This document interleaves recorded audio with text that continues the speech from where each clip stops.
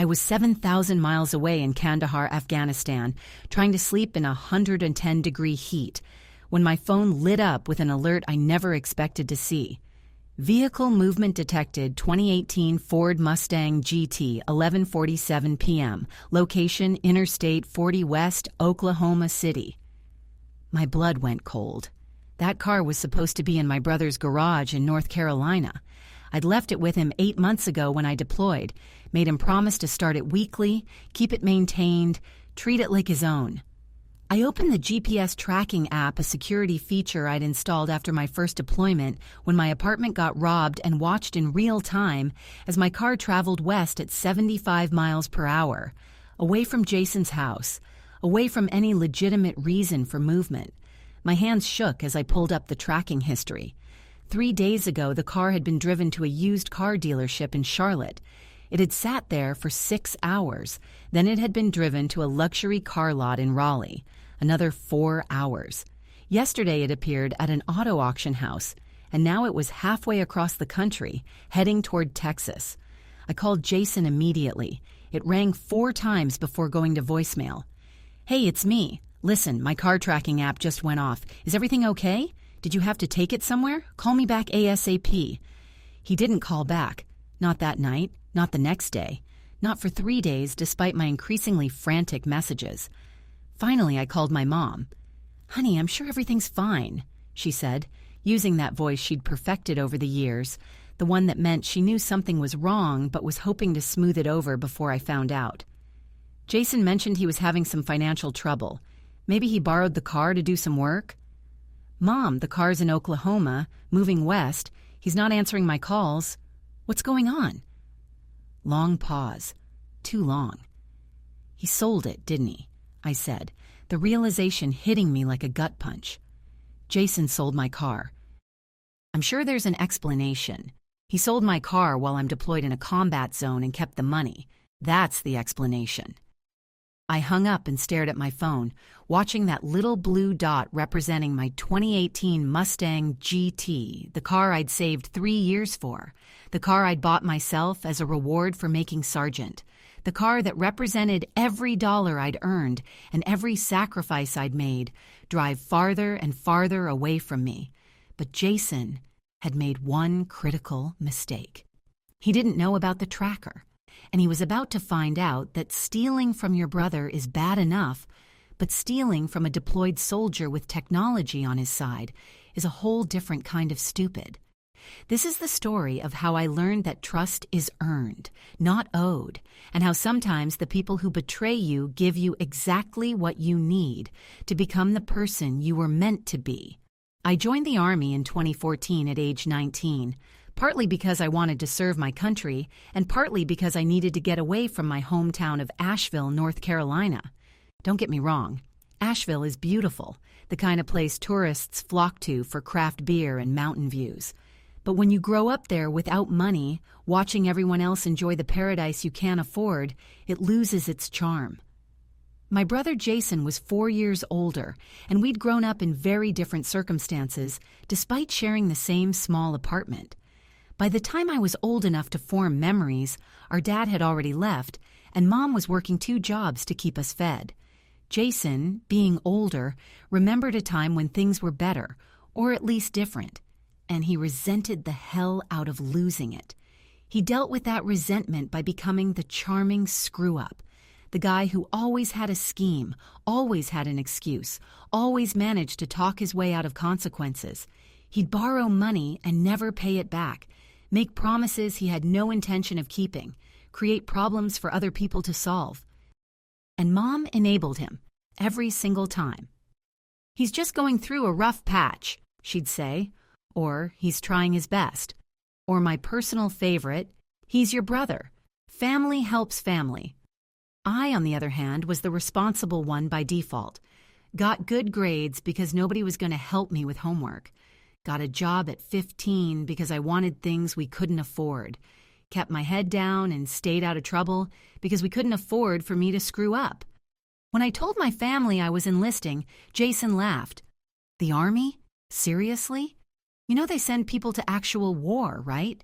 Why would you risk your life for some corporation masquerading as patriotism? It's called service, I said. Some people believe in something bigger than themselves. Some people are suckers, he shot back. But hey, at least you'll get a steady paycheck. Maybe you can finally stop being so uptight about money. That stung. I'd been uptight about money because I'd spent my teenage years watching Jason borrow hundreds of dollars from Mom that she couldn't afford to lend, watching him talk her into co-signing for things he'd never pay, watching him exploit her love and call it family loyalty. But I didn't argue. I shipped out to basic training at Fort Benning and never looked back. The Army gave me everything my childhood hadn't: structure, discipline, a sense of purpose, and most importantly, a meritocracy. Your success depended on your work, not your ability to charm or manipulate. I thrived, made private first class ahead of schedule, got selected for additional training, deployed to Iraq in 2016 as part of Operation Inherent Resolve. That first deployment changed me. Not in the dramatic PTSD way movies show. I was lucky enough to avoid direct combat, but in a quieter way. Watching soldiers from every background work together, trust each other with their lives, hold each other accountable with brutal honesty. It showed me what real family looked like. And it wasn't what I'd grown up with. When I came home in 2017, I had money saved for the first time in my life. Army pay isn't great, but when you're deployed, you get hazard pay, and there's nowhere to spend money in the desert. I had $30,000 in my account, and a plan. Buy a reliable car, invest the rest, prepare for my future.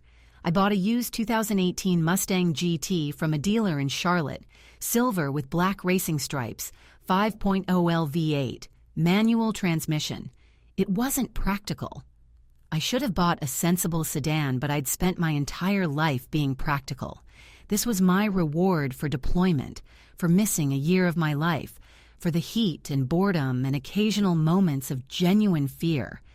Jason's reaction when he saw it was instant jealousy, disguised as concern. Little brother got himself a midlife crisis car at 22, he said, circling the Mustang like a shark. Must be nice having that deployment money. Meanwhile, some of us are struggling to make rent. You could get a real job, I suggested. He shot me a look. I have a job. Jason's job was working part-time at a vape shop and doing freelance graphic design that never seemed to materialize into actual income. He was 26, still living in Mom's basement, still convinced the world owed him something. I spent my time home on leave fixing up my mom's house, taking her to doctor's appointments Jason couldn't be bothered with, and occasionally letting Jason borrow the Mustang for job interviews that I suspected were fictional. He always brought it back with an empty tank and new scratches, but he was family. You helped family. When I got orders for my second deployment, Afghanistan, 9 months, leaving in January 2019, I had a decision to make about the car. I was living in base housing at Fort Bragg, about 2 hours from Asheville. I could store it on base, but that meant expensive storage fees and the car sitting unused for most of a year. Jason offered to keep it at his place. "Dude, I'm literally doing nothing all day," he said. "I'll start it every week, drive it around, keep the battery charged. It'll be like having a free car. Win-win." I hesitated. Jason had a history of being irresponsible with other people's things, but Mom pressured me. "He's trying to help you out. He knows how much that car means to you. Give him a chance to show you he's grown up." Against my better judgment, I agreed. Drew up a simple written agreement saying he'd maintain the car, wouldn't sell it or let anyone else drive it, and would return it in the same condition when I got back. Jason signed it without reading it like it was a joke. "Bro, I'm not going to steal your car. Relax." I left him the keys, the title, which I should never have done, and the maintenance schedule. I installed the GPS tracker because I'm paranoid and because things have a way of disappearing when Jason's involved. He watched me install it, even asked what it was. "Just a security thing," I said. "If the car gets stolen, I can track it." "Smart," he said. "You think of everything." Yeah, I did. But apparently not everything enough. The first few months of deployment were routine. Hot, boring, the occasional patrol, lots of waiting around. I checked the GPS tracker weekly. The car stayed in Jason's driveway. He sent me pictures every few weeks, the Mustang looking clean, well-maintained. I actually felt guilty for doubting him. Then in month 6, the messages stopped. I'd text asking for updates and get one-word responses. Fine. Good. Busy. I checked the tracker. The car was still at his place, barely moving. Maybe being started once a month instead of once a week like I'd asked. I sent him a reminder about maintenance. He responded with a thumbs-up emoji. I should have known something was wrong. Should have pushed harder. But I was 7,000 miles away, focused on my mission, and wanted to believe my brother was finally being responsible. Then came that night in August. The alert on my phone, the tracking history showing my car being shopped around to dealerships, the realization that crashed over me like cold water. He'd sold it. My brother had sold my car while I was deployed and was keeping the money. After Mom reluctantly confirmed what I already knew, I did what any soldier would do. I went to my commanding officer. Captain Rodriguez listened to my story without interruption, his expression growing darker with each detail. Your brother sold your vehicle without permission while you're deployed? Yes, sir. And you have GPS evidence of the transaction? Yes, sir. I can show you the entire movement history. He pulled out his phone. Give me your mom's number. I'm calling her right now. Sir, you don't have to. Sergeant Hayes, someone needs to explain to your family that what your brother did isn't just morally wrong. It's theft of a service member's property during deployment. There are lawyers who would take this case pro bono just for the principle of it. He called my mom on speaker. I'd never heard her sound so small. Mrs. Hayes, this is Captain Rodriguez, your son's commanding officer. I'm calling about the vehicle theft. It's not theft, she protested. It's a family misunderstanding. Ma'am, your son left his vehicle in his brother's care with a signed agreement.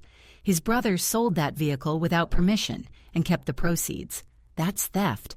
And given that it happened while your son is deployed in a combat zone, I can personally guarantee that every veterans organization, legal aid group, and media outlet in North Carolina will be very interested in this story. Silence. Where's the car now? Rodriguez continued. I don't know. Well, your son does, because unlike your other son, he was smart enough to install a tracker. The car is currently in Texas, which means it crossed state lines.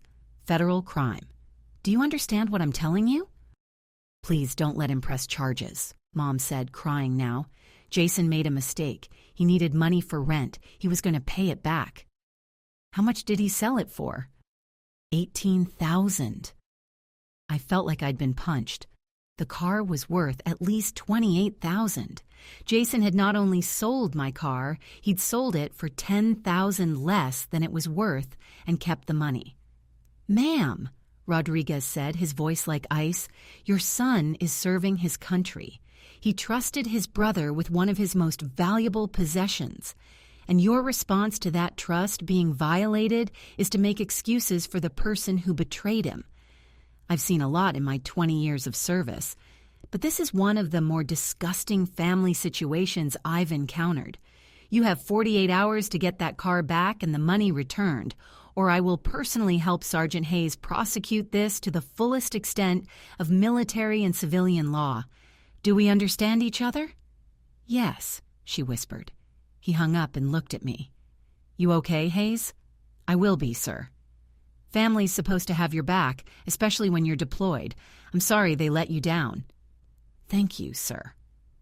That night, I tracked the car to a residential address in Austin, Texas, ran the address through social media, and found the buyer, a 23-year-old guy named Marcus who'd posted pictures of his new ride on Instagram 3 days earlier.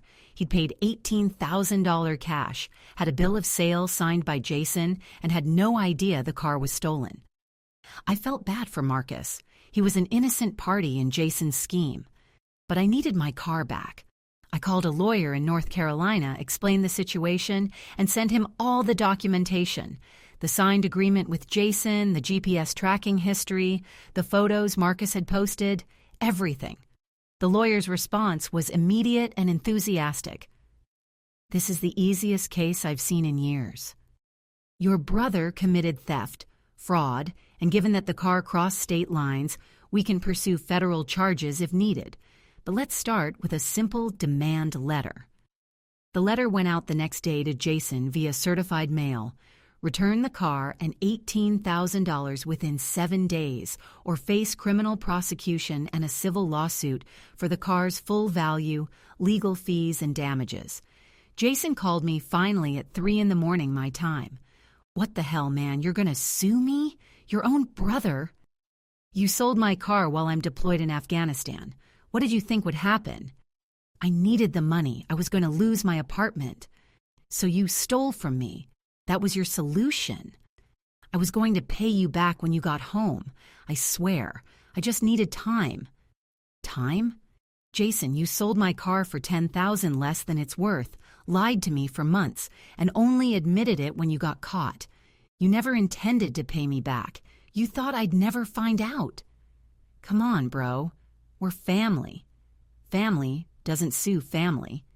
There it was, the family card. The manipulation tactic that had worked on me my entire life. "You're right," I said. "Family doesn't sue family. Family also doesn't steal from each other.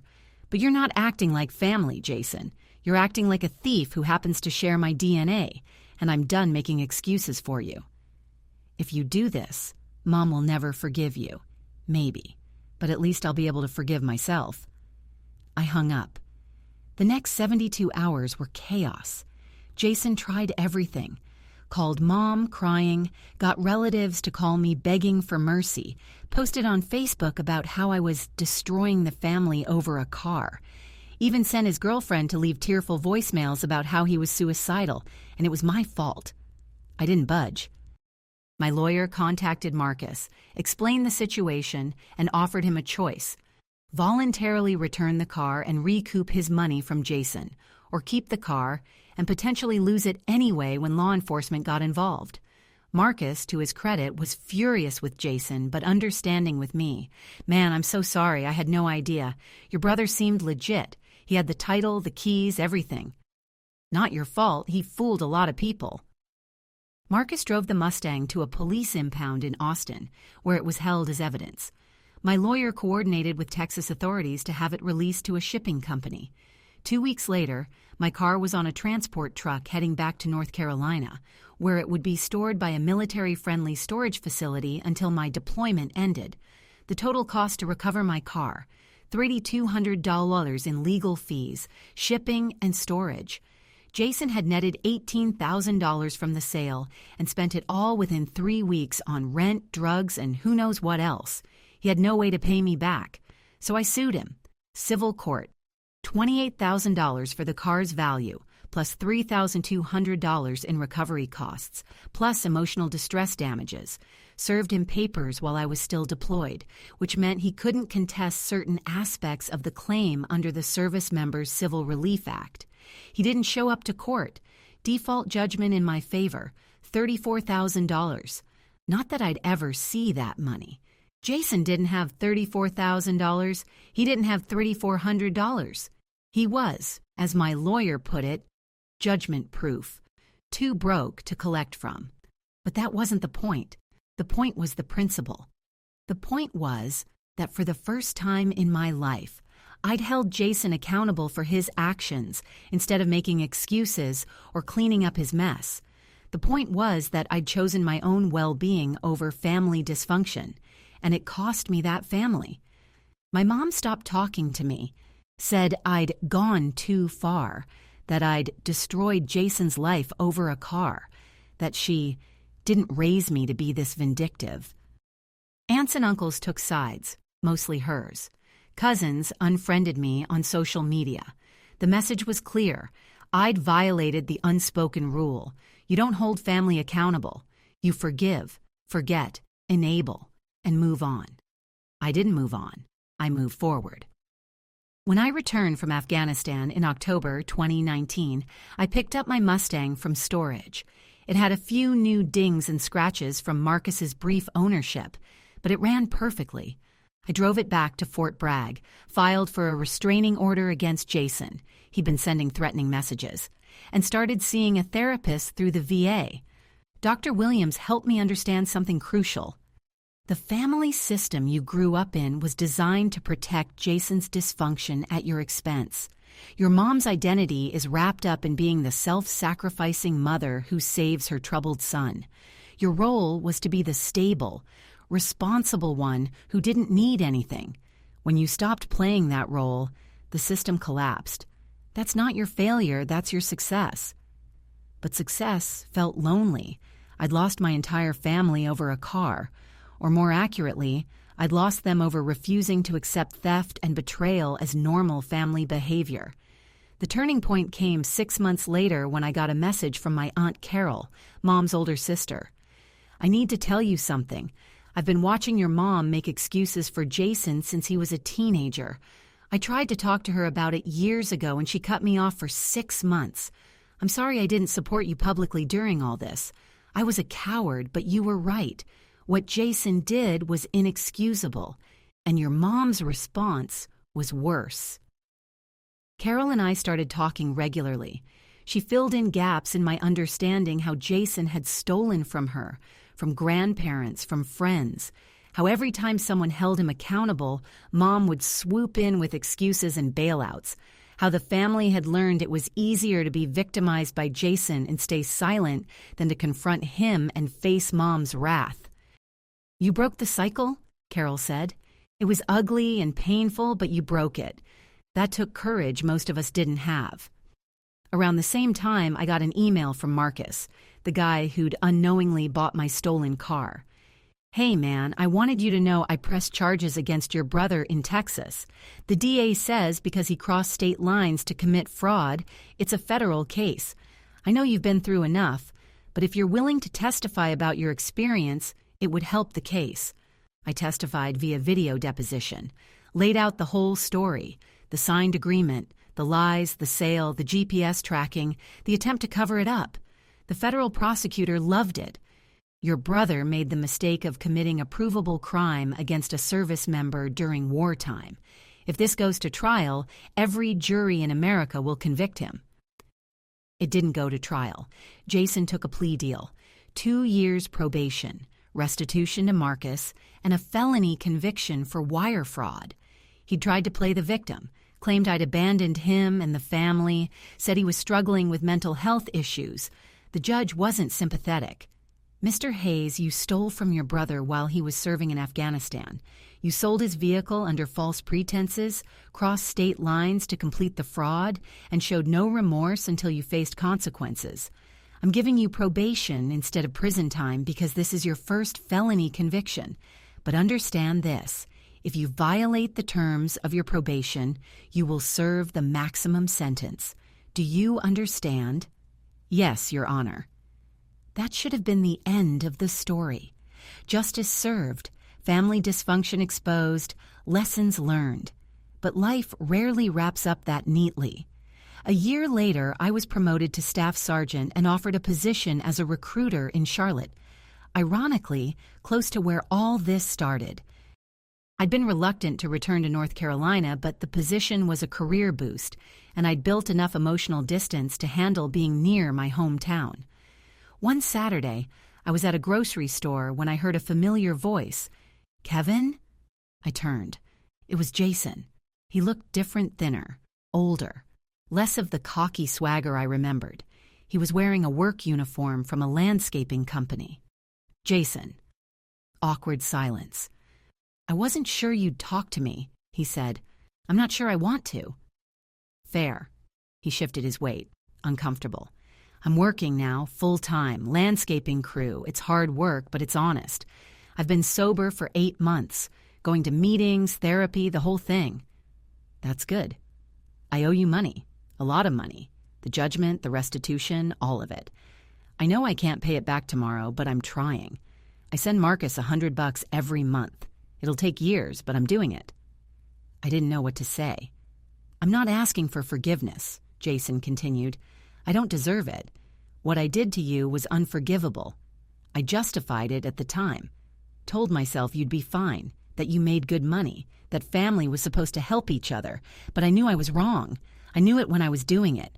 And I did it anyway because I'm a selfish piece of shit who thought I'd never face consequences.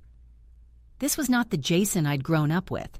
That Jason never admitted fault, never showed genuine remorse. The probation officer is the best thing that ever happened to me, he said with a bitter laugh. First time in my life someone held me accountable, and I couldn't charm or lie my way out of it. It broke me, and then it forced me to build myself back into something that wasn't a complete waste of space. I'm glad you're doing better, I said, and meant it. Mom still won't talk to you, huh? No. That's on her, not you. She's convinced you ruined my life. I tried to tell her you actually saved it, that if you hadn't held me accountable, I'd probably be dead from an overdose by now. She doesn't want to hear it. Maybe someday. Maybe. He paused. Your car, the Mustang. I think about it every day, not because of the car itself, but because of what it represented. You worked hard for that, sacrificed for it, and I destroyed it because I was too lazy and messed up to handle my own life. I'm sorry, Kevin. I know sorry doesn't fix anything, but I'm sorry. We stood there in the grocery store aisle, two brothers who'd been through a war won in Afghanistan, one against addiction and dysfunction. I don't forgive you, I said honestly. Not yet, maybe not ever, but I respect that you're trying to do better. That counts for something. He nodded. That's more than I deserve. We exchanged numbers tentatively with no promises. Over the next 2 years, Jason continued his recovery, stayed sober, kept his job, sent me monthly updates without asking for anything in return. Eventually, those updates turned into occasional coffee meetings, which turned into cautious rebuilding of something that might, someday, resemble a brotherhood. It's not a perfect redemption arc. Jason still has bad days. I still have trust issues. Our relationship will never be what it might have been if he'd made better choices, but it's real and honest and based on accountability instead of enabling. My mom eventually reached out 2 years after I'd filed the lawsuit. Her message was short. I'm sorry I chose protecting Jason over supporting you. I was wrong. I don't expect forgiveness, but I wanted you to know. We're working on it, slowly, with boundaries. The lessons I learned from this experience shaped everything that came after. First, trust has to be earned, not freely given just because someone shares your DNA. Family is a privilege, not a right. Second, protecting someone from consequences doesn't help them. It enables their destruction. Real love sometimes means letting people face the results of their choices. Third, when someone shows you who they are, believe them. Jason had shown me for years that he was unreliable and manipulative. I ignored it because I wanted to believe family was different. Fourth, you are not responsible for managing other people's emotions about your boundaries. My mom's pain about me holding Jason accountable was not my responsibility to fix. And finally, the GPS tracker was the best $150 I ever spent. I'm 30 years old now, still serving, recently married to an incredible woman I met at Fort Bragg. My Mustang has 90,000 miles on it and runs like a dream. I maintain it religiously, partly because I love the car and partly because it represents something bigger, proof that I chose to protect myself instead of sacrificing myself to family dysfunction. Jason and I aren't close, but we're cordial. He's 3 years sober now, working as a supervisor at his landscaping company, dating a woman who seems good for him. He's paid Marcus back in full and has started making payments toward the judgment I have against him. Small amounts, but consistent. I'll probably never see the full $34,000. I've made peace with that. The money was never the point. The point was standing up for myself. The point was refusing to accept that betrayal and theft are just family problems to be swept under the rug. The point was that little GPS tracker, quietly documenting the truth when everyone else was invested in maintaining the lie. People ask me sometimes if I regret how I handled it. If I wish I'd just let Jason keep the car, absorb the loss, preserve the family peace. I don't. Not for a second. Because that car represented every dollar I'd earned, every sacrifice I'd made, every moment I'd chosen discipline over convenience. It represented my value, my work, my future. And I'll be damned if I was going to let someone steal that and call it family. The federal court agreed. So did the civil court. So did everyone who actually believed in accountability instead of enabling. Jason didn't know about the GPS tracker when he sold my car. But by the time he found out, it was too late. The evidence was logged, the case was built, and the consequences were coming whether he liked it or not. That's the thing about truth and technology. They don't care about your excuses. They just are. And sometimes, being the person who refuses to ignore the truth, even when everyone else wants you to, is the hardest and most important thing you'll ever do. I'm proud I did it. I'm proud I chose myself over dysfunction. I'm proud I let my brother face consequences instead of shielding him from them. And I'm proud of the GPS tracker that made it all possible. Justice, it turns out, is just the truth refusing to be quiet. And my Mustang's GPS tracker was very, very loud.